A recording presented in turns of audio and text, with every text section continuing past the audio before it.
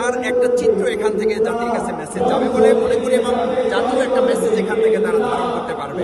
এই প্রোগ্রাম গোটা ফ্যাসিস্টের জন্য এবং ভবিষ্যতেও যদি কোনো ফ্যাসিস্ট স্বৈরাচার মাথা চাড়া দিতে চায় তাদের জন্য এটা একটা বড় বার্তা হবে। আমরা ঐতিহাসিক সোহরাওয়ার্দী উদ্যানে করার জন্য তৎকালীন যে অবৈধ আওয়ামী লীগ সরকার ক্ষমতায় ছিল তাদের কাছে চেয়েছিলাম, তারা অত্যন্ত অন্যায়ভাবে তারা নিজেরা প্রোগ্রাম করেছে, অন্যান্য অনেক ছোট দলকে করতে দিয়েছে, আমাদেরকে করতে দেয় নাই। তার অর্থ ছিল জামাতের উপরে তারা অন্যায় করেছে, অবিচার করেছে, দমিয়ে রেখেছে। তারা মনে করতো যে জামাতকে দমিয়ে রাখা যায়। আজকে প্রমাণ হয়েছে অন্যায় করে, অত্যাচার করে, খুন গুম করে, ফাঁসিতে ঝুলিয়ে, রিমান্ডে নিয়ে তাদের উপর একটা আদর্শবাদী দলকে, জনগণের মানুষের ভালোবাসার কোনো দলকে শেষ করে দেওয়া যায় না।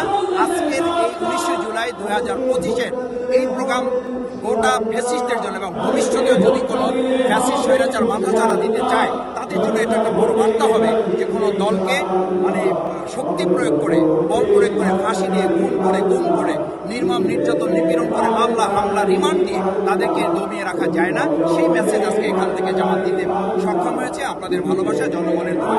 আপনারা লক্ষ্য করেছেন যে গতকাল রাতেই আমাদের ঐতিহাসিক সোহরাওয়ার্দী উদ্যান কানায় কানায় পরিপূর্ণ হয়ে গেছে।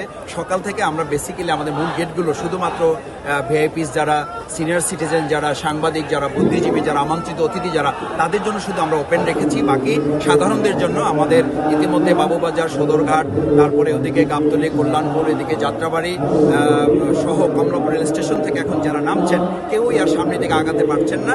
এটা আপনারাই আপনাদের ক্যামেরার মাধ্যমে দেখিয়েছেন এবং আপনাদের মাধ্যমে আমরা জানতে পেরেছি, আমাদের তথ্য বিভাগ আমাদেরকে এটা জানিয়েছে।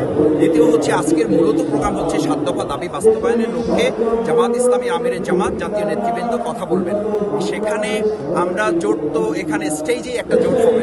আপনারা লক্ষ্য করবেন যেখানে আমরা যারা এই দাবিগুলোর সাথে একমত সেই সমস্ত জাতীয় পর্যায়ের নেতৃবৃন্দ যারা সংগঠনগুলো আছে, আমরা যাদের সাথে একসাথে ফেসিবাদ বিরুদ্ধে আন্দোলন করেছি তারা এখানে আসবেন, বক্তব্য রাখবেন।